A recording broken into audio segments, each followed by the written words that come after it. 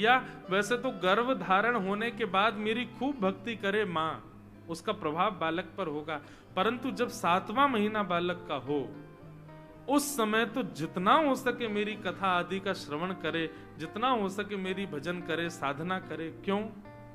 क्योंकि 7वें महीने का बालक अपने प्राण त्यागने की इच्छा करता है मां के गर्भ में। उस समय वो आपको नहीं जानता, आपके अपने पिता को नहीं जानता, परिवार को, वो किसी पर दया नहीं करता। इतनी पीड़ा में आ जाता है वो कि 7वें महीने में वो प्रार्थना करता है, नाथ मेरे प्राण ले लो, मुझे या तो यहां से निकाल दो, नहीं तो मुझे मार दीजिए, मुझसे अब ये सहन नहीं हो रहा। बंधुओं कहते हैं सबसे ज्यादा कष्ट नरक में मिलते हैं, परंतु नरक से भी अधिक कष्ट होता है जब बालक गर्भ में होता है, इतनी पीड़ा में होता है। यहां पर भगवान कपिल विभूति माता को समझाते हैं, बोले मां के गर्भ में करोड़ों खरबों छोटे छोटे जीवाणु होते हैं, वो उसको काटते हैं भीतर, और उनकी पीड़ा वो किसी से कह नहीं सकता, रो नहीं सकता। मां के मलमूत्र में पड़ा रहता है, मां कुछ खाती है उसी से पेट भरता है, मां श्वास लेती है उसी से उसकी श्वास चलती है, मां से ही आसरतु जीवन, और किसी से कुछ कहने सुनने का नहीं। 7वां महीना जब बालक का प्रारंभ होता है तो वो हाथ जोड़ करके मेरी विनती करता है, नाथ मेरे प्राण ले लीजिए, मैं यहां नहीं रह पा रहा हूं। तब मैं उस बालक से बात करता हूं और कहता हूं, यदि मैं तुझे जन्म दूंगा तो तू क्या करेगा? तब वो बालक बड़े वादे करता है, बोले नाथ मैं ऐसे कर्म करूंगा, ऐसा भजन करूंगा, इतनी कथा सुनूंगा, इतना ध्यान करूंगा, इतना सब कुछ सदयुक्त करूंगा कि पुनश्च कभी किसी मां के गर्भ में मुझको ना आना पड़े। मैं इससे मुक्त होना चाहता हूं। उस स्थिति में मां यदि मेरा स्मरण करती है, कथा सुनती है, तो निश्चित है उस बालक को शांति मिलती है, उस बालक की बेचैनी कम होती है, और धीरे धीरे बालक के अंदर भक्ति के गुण पुष्ट होने लग जाते हैं। इस प्रकार एक जंतु की स्तुति भगवान कपिल सुनाते हैं, और संपूर्ण ज्ञान सुनाते हुए कपिल भगवान अंत में आकर के मैया से कहते हैं, मैया आपने इतने सारे प्रश्न किए, मैंने सबका उत्तर दिया, अब मैं आपसे पूछना चाहता हूं, मेरे समस्त ज्ञान से आपको क्या प्राप्त हुआ? आपने क्या पाया? आपको क्या समझ में आया? मेरी पूरी बातों का सार क्या है, बताइए। तब देवहूति माता कहती है कि अहो वतस्वपचो तो गरिया यज्हुव अग्रे वर्तते नाम तुभ्यम ते पुस्तपस्ते जुहुवुष्वश्निरार्या ब्रह्मानुचूर्णा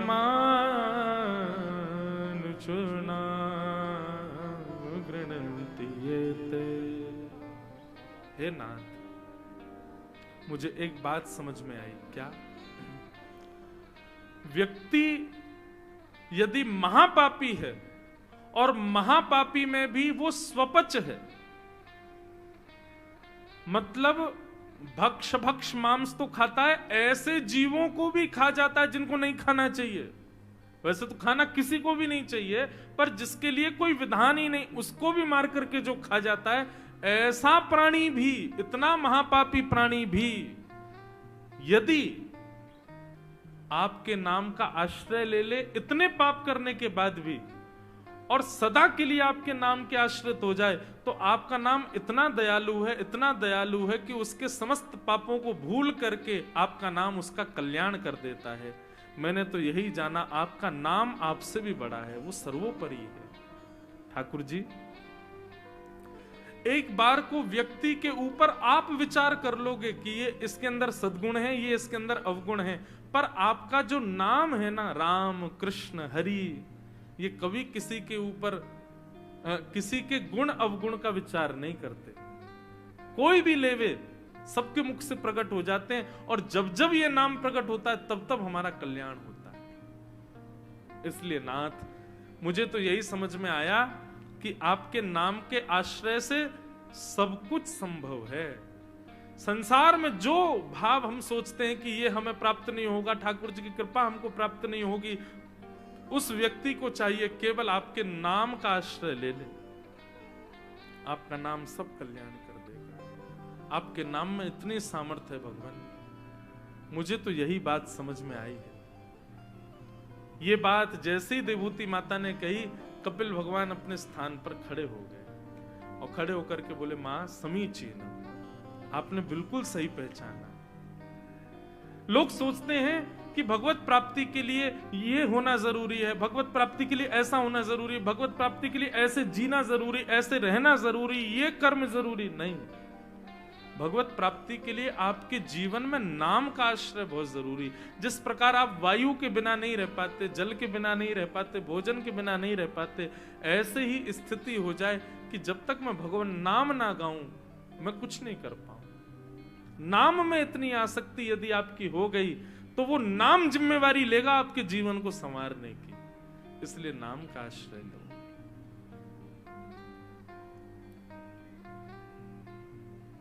बंधु, एक नामनिष्ठ राजा थे, भक्तमाल में कथा आती है। और वो कैसे थे? अंतर्निष्ठ राजा थे। अंतर्निष्ठ राजा, अंतर्निष्ठ का मतलब होता है दो प्रकार की भक्ति होती है। एक तो होती है प्रकट भक्ति और एक होती है अप्रकट भक्ति। कई लोग ऐसे होते हैं कि उनको देख के पता चल जाता है कि ये भगत होंगे भगवान के, पर कई लोग ऐसे हैं वो अपनी भक्ति छुपाते हैं। पर अब बड़ी बात है ना, कथा दो रूप में सुनते हैं लोग, अपने अपने कहने वाली बात में। अब जो लोग भक्ति नहीं करते वो समझ जाएंगे, बोले ठीक है, माँ को जाके, पिताजी को जाके बोल देंगे, देखा हम अप्रकट भक्ति करते हैं। महाराज जी कथा में बता रहे थे, सबकी प्रकट भक्ति होती है, हमारी अप्रकट भक्ति है, हम प्रकट नहीं करते, मन ही मन में करते हैं। ऐसा भाव मत ले लेना इस कथा से। पर वो राजा कैसे थे उनके बारे में सुनो। कभी तिलक नहीं लगाते थे, कभी कथा नहीं सुनते थे, कभी नाम जप नहीं करते थे, कभी मंदिर नहीं जाते थे। तो कैसे भक्त थे? बोले जब एकांत होता था, उनको कोई नहीं देखता था, जब किसी से उनका संबंध नहीं होता था, तब एकांत में बैठ करके ठाकुर जी का स्मरण करते थे। और जैसे ही किसी के पैरों की भी आवाज आ जाती थी, तुरंत राजा ऐसे बन जाते थे कि उनको देख के लगता था ये तो महासंसारी व्यक्ति है। समझ में आ रही है बात? अपने गुण को छुपाते थे, भक्ति के गुण। और मुझे ऐसा लगता है बंधुओं, गुणवान व्यक्ति उसे नहीं कहते जिसको देखते ही गुण पता चल जाए। गुणवान व्यक्ति वो जो गुण होते हुए भी उसको छुपाए। गुणवान व्यक्ति वो है। हम धनवान हो जाते हैं तो हमें देखते ही पता चल जाता है कि ये धनवान है। चाल ढाल, कपड़े, हाथों की उंगलियों में घड़ी, वो क्या बोलते हैं, अंगूठियां, गले में पहनी हुई चैन, जंजीरी, वो सब बता देती हैं कि ये धनवान है। लेकिन गुण आवे तो दिखावा ना लावे, ऐसी योग्यता होनी चाहिए। वाह।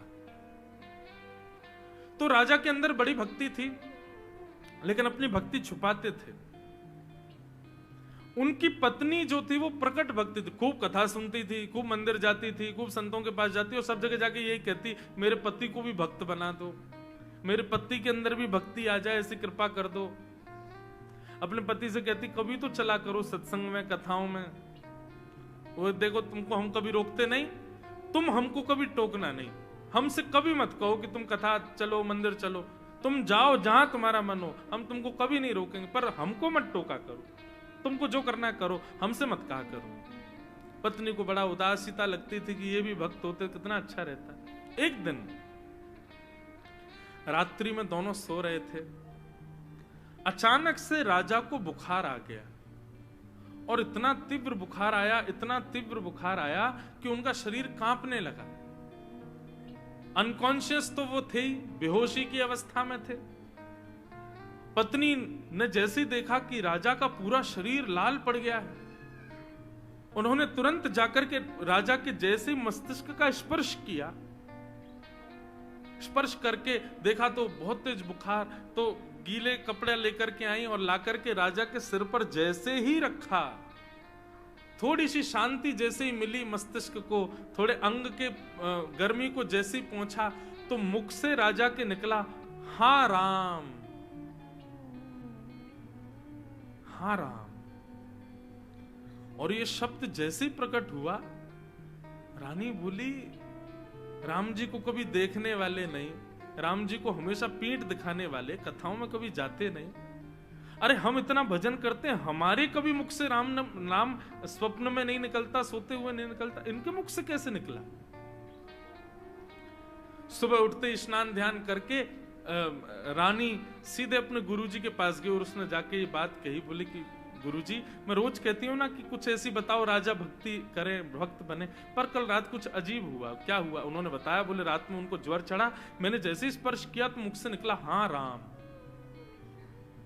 संत मुस्कुराने लगे, बोले अरे देवी, तुम्हारे जो पतिदेव है ना, ये अंतर्निष्ठ भक्त हैं, ये अपनी भक्ति छुपाते हैं, दिखाते नहीं हैं। वो निश्चित भक्त हैं भगवान के, पर वो अपनी भक्ति को छुपा करके रखते हैं,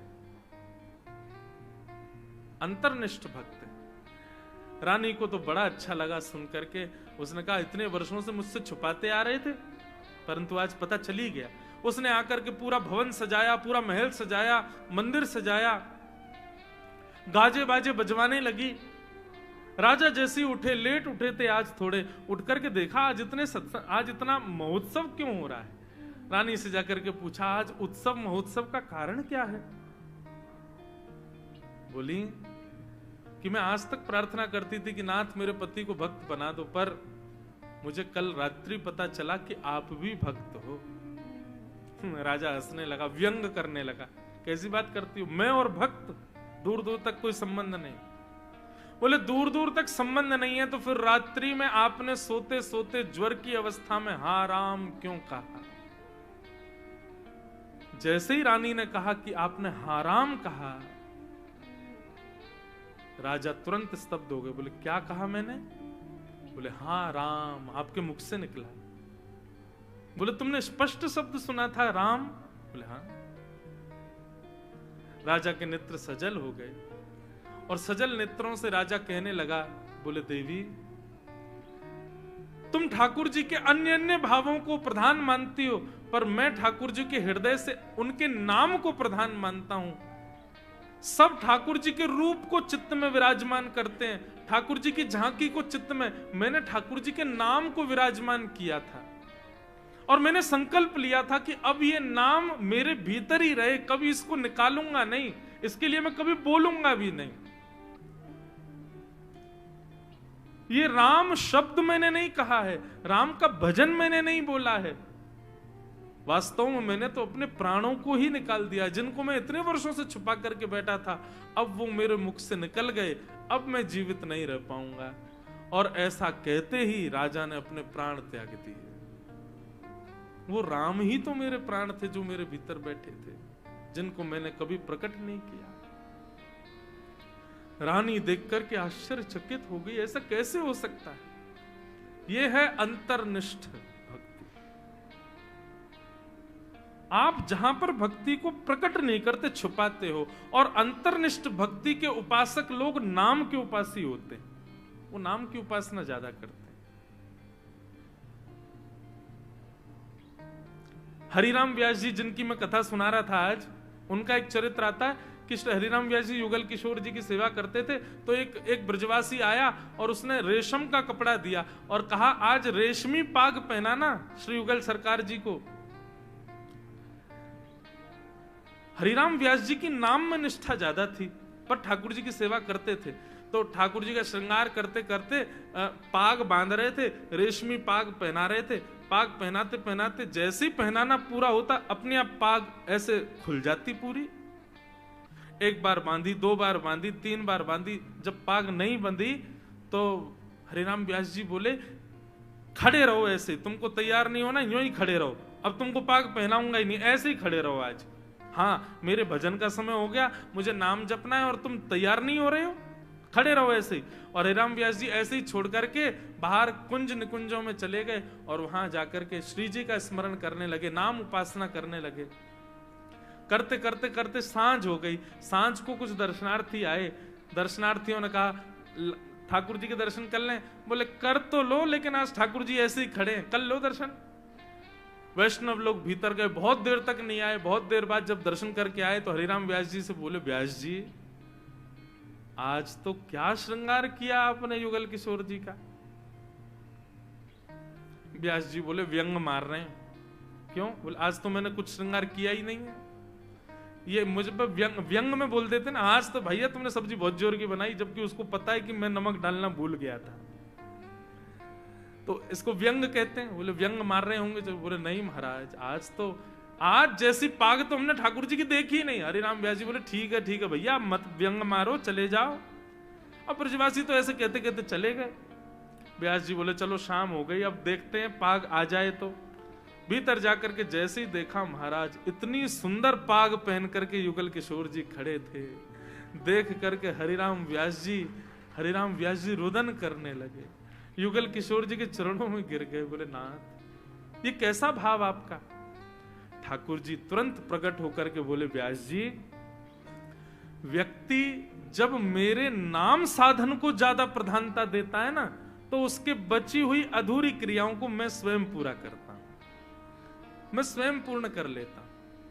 अच्छा बंधु, ये घटना तो हमारे साथ भी एक बार हुई।